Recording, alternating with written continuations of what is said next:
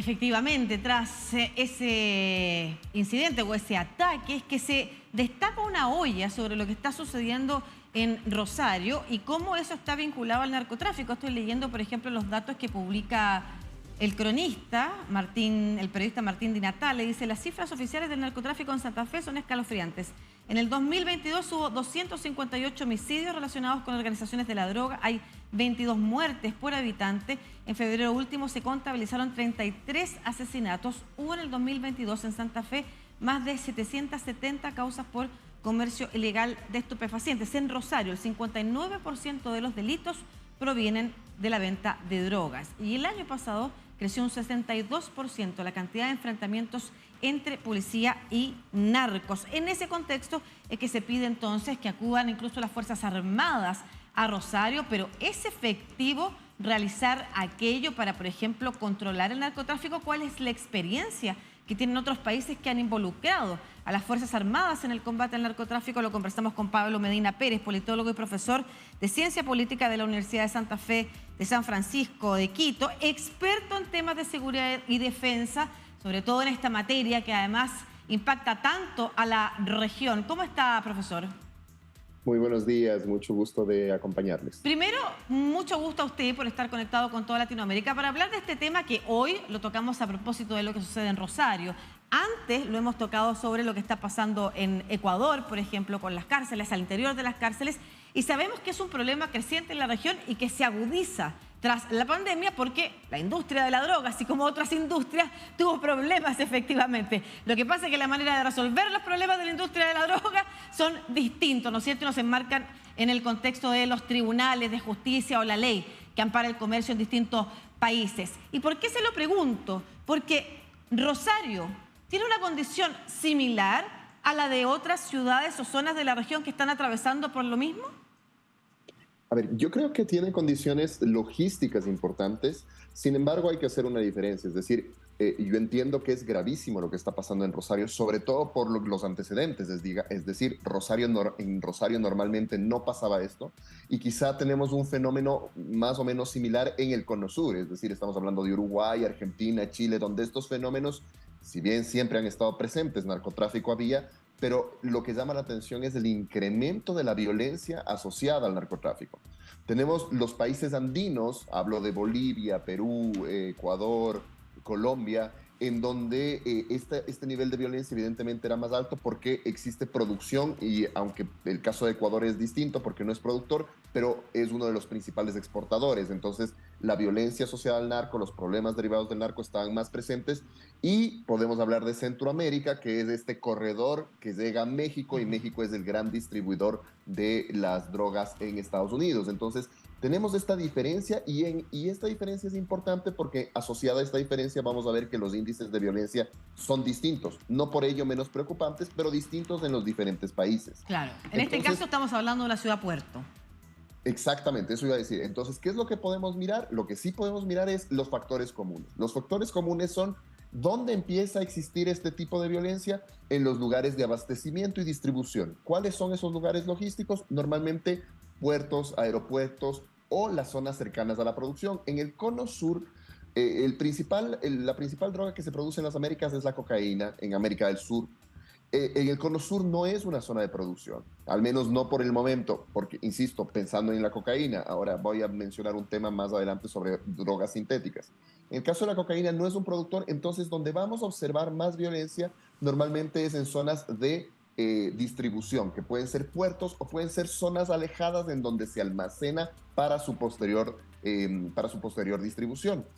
¿Qué es lo que busca el narco? El narco normalmente va a buscar zonas donde haya baja presencia estatal. Y cuando digo baja presencia estatal, hablo de varios elementos. Claro, no solo policía. Exacto, policía, que es la primera, pero normalmente también hay sistemas judiciales deficientes, pocos fiscales, pocos funcionarios judiciales o fácilmente chantajeables o comprables. Y también zonas en donde el Estado, en términos generales, en términos sociales, no esté presente, en términos de educación, salud. ¿Por qué? Porque muchas veces el narco tiene una estrategia de disputar ese rol con el Estado. A veces hay lugares en donde hay una pacificación, eso se ha visto mucho en México, la paz del narco le dicen, que es este lugar donde de hecho empieza a haber más orden del que había antes de que el narco llegue, porque el narco asume este rol del Estado. El problema es que evidentemente el narco no lo hace pensando en los intereses comunes, sino en los intereses de su comercio y su industria, pero empieza a disputar el Estado. Entonces ahí veíamos esto del incremento de la policía e incluso pensar en la intervención de Fuerzas Armadas. Muchas veces esto es necesario como una respuesta inicial, por supuesto que sí, porque necesitamos responder, están disputando el Estado, hay gente que se está muriendo, no podemos pensar en, mira, vamos a invertir en educación mientras la gente se muere, no, hay que tener una respuesta. El problema es que en paralelo, y esto es lo que muchas veces pasa, los estados tienen que pensar en políticas públicas en dos vías adicionales, además de la seguridad inmediata. La primera es en términos de justicia. Los aparatos de justicia, si los aparatos de justicia no funcionan, no hay nada que la policía o Fuerzas Armadas puedan hacer que sea sostenible en el tiempo. Es decir, una intervención de Fuerzas Armadas es tremendamente emergente, pero no se sostiene en el tiempo. Pongo un caso específico del Ecuador, la provincia de Esmeraldas, la más afectada por el narco, está con una tasa de más de 70 muertos por cada 100.000 habitantes, una de las más altas de América, seguro, y una de las más altas del mundo. Y está en su tercer estado de excepción, estado de emergencia, con Fuerzas Armadas patrullando las calles en menos de un año. ¿Qué quiere decirnos esto? Quiere decir que no importa que saquemos a los militares, probablemente en estos meses la violencia baje, una vez que los militares se retiren va a volver a subir. ¿Por qué? Porque el sistema judicial no está funcionando. Y esa es la segunda línea en la que hay que trabajar. Y la tercera línea, quizá una de las más importantes, es el tema social. Y cuando hablo de tema social hablo de empleo, hablo de juventudes. ¿Por qué? Porque ¿de dónde sale la gente que trabaja en el narco? Sobre todo los que llamamos los soldados del narco, que muchas veces son niños. Es decir, en el caso de Rosario han habido escándalos, por ejemplo, por el asesinato a niños.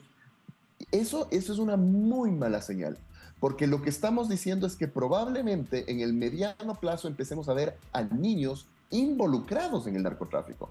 Primero como mensajeros y luego ya como ejecutores. Incluso en algunos casos se ha visto casos de sicarios de 13 años. Eso es brutal. ¿Y cómo recluta el narcotráfico a estos niños? Normalmente en zonas en donde los jóvenes, los adolescentes y preadolescentes no tienen ningún futuro. Es decir, ellos se preguntan a sí mismos, ¿qué voy a hacer de mi vida? ¿Voy a estudiar? ¿Voy a hacer una tecnología? ¿Voy a estudiar en la universidad? Y se dan cuenta de que no hay ningún futuro. Entonces, ¿cuál es la salida que les está ofreciendo el narco? Es, mira, en nuestra organización sí hay riesgos, etcétera, pero tienes futuro. Y a eso se empieza a asociar todo esto, esta narcocultura que también la vemos en la música, en la música, en la televisión, en las series. Entonces, claro. si es que no estamos trabajando en eso, hay soldados para el narco tiene dinero, hay ausencia estatal. Entonces, el escenario de América Latina en general, hablo desde Centroamérica hasta el Cono Sur, es un territorio más o menos propicio. ¿Por qué? Porque a diferencia de lo que pasa en zonas de conflicto como África o Asia, América Latina, si bien es cierto, hay esta ausencia estatal, pero hay bajo conflicto, no hay quien dispute o quien distorsione las vías de comercialización de la droga. Lo que les pasó, por ejemplo, ahora en los Balcanes con la guerra de Ucrania es que les toca cambiar y esos son costos. Lo mismo pasa en Asia o África. En cambio, en América Latina es cierto que hay ausencia estatal, pero no hay otros conflictos, entonces tú puedes tener ciertas certezas para montar el negocio y saber que vas a tener rutas de salida más o menos estables. Que tu única competencia son los estados, miren lo que estoy diciendo, tu única competencia son los estados y los estados son débiles. Sí, estaba pensando en, primero lo que usted señalaba respecto de que son jóvenes, adolescentes y hoy niños que ven que no hay futuro, que se les entrega un rol dentro de estas organizaciones y para los que la promesa de educación ni siquiera funcionó para sus padres. Entonces no hay cómo convencerlos. Primero, no hay oferta en esos sectores muchas veces y además, si hubiera, no hay cómo convencerlos de que efectivamente ese puede ser el camino, que es lo que pasa y uno ve a través de lo que usted mismo señala, cómo esta narcocultura se expresa en diferentes mecanismos artísticos, muchas veces en los que uno puede comprender también cuál es el ánimo que hay detrás efectivamente. Y usted mencionaba en la segunda línea, quiero enfocarme en eso ahora antes de pasar a otro tema importante que usted adelantó, que es el de las drogas sintéticas. Usted dice sobre la justicia, en esta misma crónica que estaba leyendo, dice que hay al menos 5 juzgados federales vacantes que esperan su aval del Congreso en Santa Fe, y en lo que va de la gobernación actual del peronista Perotti ya pasaron 10 jefes de unidad regional en Rosario y 4 ministros de seguridad. Habla efectivamente de que hay una serie de cargos que no han sido ocupados en un sistema de justicia, entonces, que no está funcionando en la zona. Pero ¿cuáles son las características de un sistema de justicia que funcione? ¿Y por qué se lo pregunto? Porque en otras partes del continente vemos el encarcelamiento de gran porcentaje de la población, El Salvador, con gran difusión y popularidad cuando se señala que efectivamente se han bajado los crímenes y se han integrado o se han ingresado a las cárceles a todos los componentes de las pandillas. Sin embargo, desde organizaciones hablan y levantan la alerta. Esas cárceles no tienen ningún resguardo y va a empezar a pasar lo que sucede en el Ecuador, adentro de las cárceles, que en las cárceles operan efectivamente estas bandas. Entonces, ¿a qué se refiere cuando habla de un sistema de justicia que funcione? ¿Qué características debe tener? Yo creo que ahí podemos dividirlo en dos partes. Por un lado, el tema del sistema de justicia. Esta alta rotación, yo no la conocía, pero esta alta rotación de Rosario se replica en varios lugares. ¿Y por qué se replica en varios lugares? Porque el sistema de justicia también tiene que pensar en el resguardo de sus funcionarios. Y eso es fundamental. Es decir, nosotros no podemos pensar en que el juez o el fiscal no son personas, no son humanos que tienen familias a quienes les chantajean. Entonces también tenemos que saber que cuando uno le pide a la justicia, le pide a los agentes fiscales o jueces que fallen en contra del narcotráfico, ellos están sujetos a una presión personal enorme.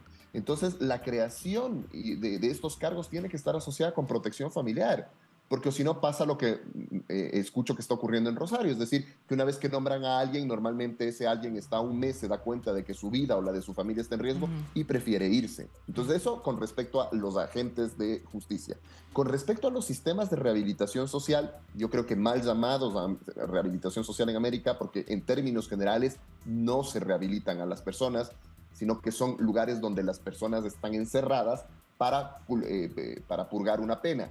¿Cuál es el problema? El problema es que la construcción de estas megacárceles y este hacinamiento, o no hacinamiento, porque la cárcel está diseñada para ser megacárceles, lo que ha demostrado varios estudios es que en estas cárceles lo que ocurre es que se empiezan a tejer redes aún más fuertes dentro de las organizaciones narcodelictivas, y cuando estas se encuentran hay violencia dentro de las cárceles. El Ecuador es un excelente ejemplo. Ahí hemos tenido más de 600 muertos en un año dentro de las cárceles. Porque lo que ocurre dentro de estas grandes cárceles, o dentro de muchas de ellas, es que hay seguridad perimetral, pero dentro de la cárcel es imposible controlar a esa cantidad de gente. El caso de El Salvador es un caso particular porque ha sido muy publicitado, y sin embargo lo que tenemos que tener en cuenta, en cambio, es que ese nivel de encarcelamiento también es posible porque seguramente hay fuerzas de narco que están dispuestos a tolerar ese nivel de encarcelamiento por varias razones. Una puede ser, de hecho hay denuncias de que el gobierno de El Salvador en algún momento tuvo acuerdos con algunos grupos narcodelictivos, en cuyo caso básicamente lo que los grupos narcodelictivos que acuerdan con el gobierno le dicen es: mira, puedes llevarte a toda esta gente presa, nosotros te vamos a dar paz, pero a cambio de eso nos dejas circular todo nuestro negocio. Es una opción.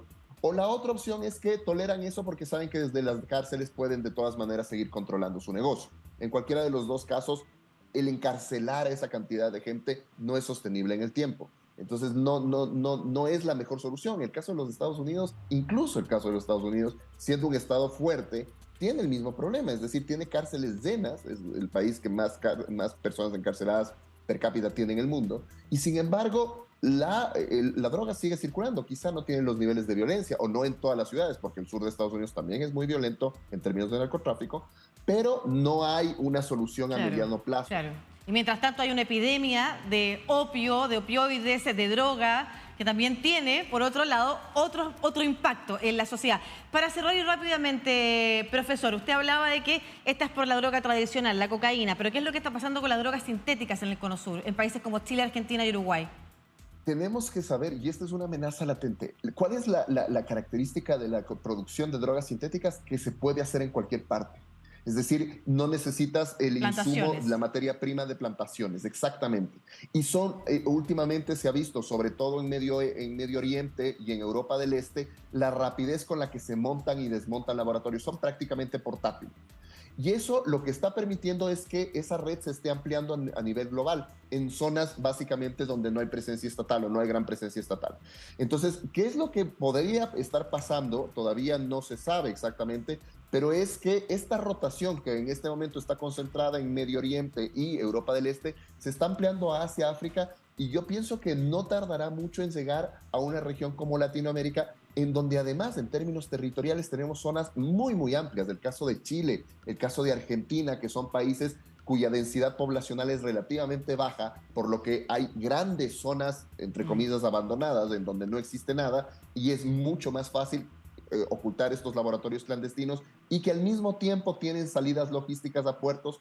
Eso podría empezar a pasarnos. No sabemos todavía si está pasando, pero el escenario, por lo que hemos visto en Medio Oriente y en Europa del Este, es una realidad probable y habría que empezar a pensar en ese efecto, sobre todo, insisto, en los países que tienen menor densidad poblacional. Muchas gracias por esta conversación urgente de tomar en serio y con toda la profundidad que amerita, porque solamente vemos que avanza la violencia vinculada al narcotráfico, pero también el consumo y todo lo que ello implica en un contexto mundial que está cuestionando la manera en la que se ha combatido el narcotráfico, que es un fracaso. Pero lo más relevante hoy para nuestros países es efectivamente que el Estado tiene que llegar con seguridad, pero no es lo único, sino el problema no va a parar. Muchas gracias, profesor Pablo Medina Pérez, politólogo y académico de la Universidad San Francisco de Quito, experto en materias de seguridad y defensa. Muchas gracias por esta conversación. Muchas gracias por la invitación. Que esté muy bien.